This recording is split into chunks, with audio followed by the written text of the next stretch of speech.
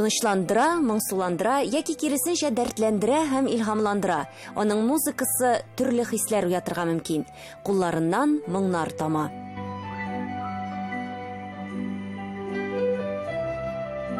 Сәйяр Зыяддин улы язган һәр көй тормыштан алынган. Тарихы, истәлекләре һәм әсәрләренең язмышы турында юбиляр Мәскәүдәге хезмәттәшләребез белән дә бүлеште. İlham Şakirov белән, аның белән дә иҗат буенча таныш.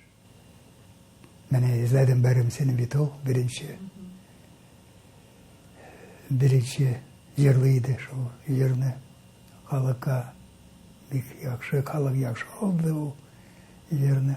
Әлеге музыка җыр композиторның дискларына да кертелгән. Романтик исемнәр белән аталган инструменталь татар музыкасы Сәйяр Хәбибуллинның үзенчәлегедер мөгаен. 25 яшендә дә шулай булган, хәзер дә 90да да бу үзгәрешсез.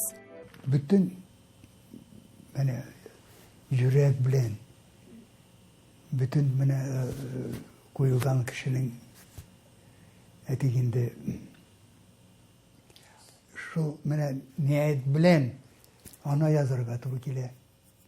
Аблай укымасаң ул булмый. Ул бик ничек менә урысча әйтергә. Менә әйтәләр бит казенный получается. Казенный димәк.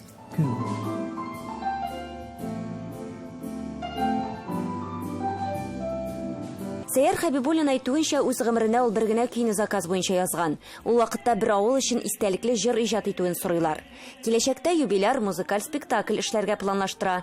Ә бу көннәрдә исә Сәйяр Зыяддин улының вакыты тыгыз. Композитор хөрмәтенә 7 февральдә Мәскәүдә бәйрәм концерты узачак. Эльвира Хөснетдинова, Динә Газалиева, Татарлар, Мәскәү.